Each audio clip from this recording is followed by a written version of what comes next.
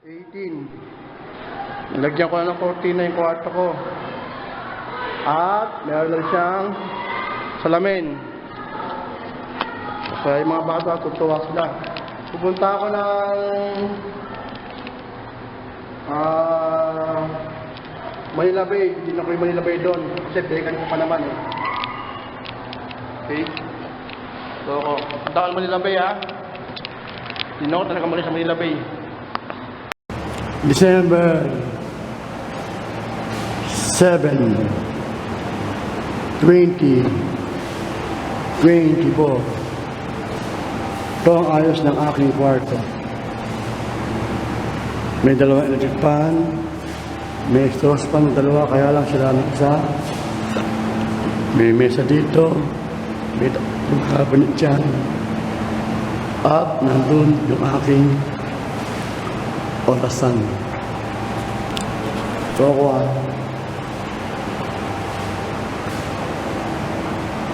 babaguhin yung ayos ng kwarto ko.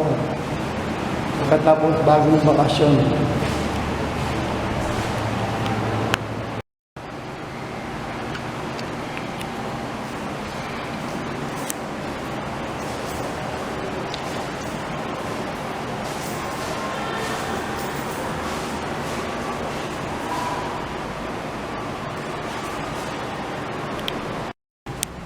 Binago ko ulit ang ayos ng aking kwarto.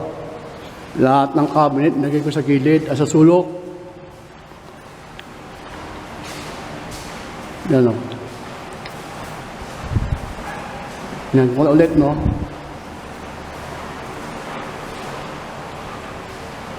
Kaya pag nag-ano ko dito, maganda na.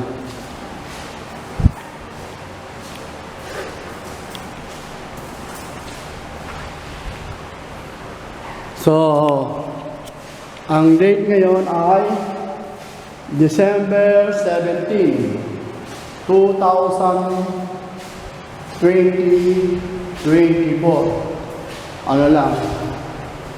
5, 4, 8 days na lang bago mag-Christmas. Nagawa ko na yung decoration and Christmas song namin kaninang umaga. 4 na section ang sumali. Sama-samahin ko lahat yun para maging video. Palagay ko ang nanalo ay Esther. Sumunod ang Joseph. Tapos Lady Joseph, John. Tapos nandyan, ang sumunod ay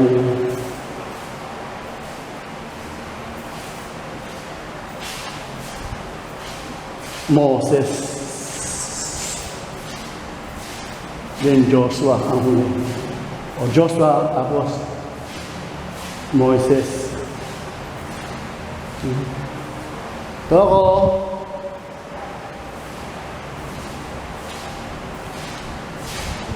Merry Christmas, Happy New Year, and many years more to come to celebrate New Year's and Happy New Year.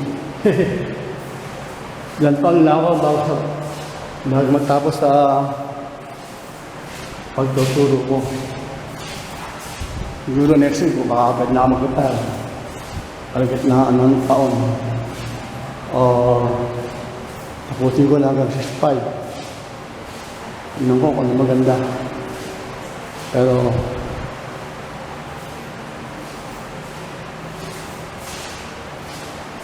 nagdalo lang, isip pa rin ako kung lang mag-retire.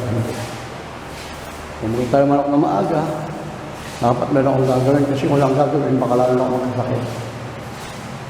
So bye-bye and thank you for my student who cooperated in performing the performance of decorating my room after Christmas presentation. Bye-bye!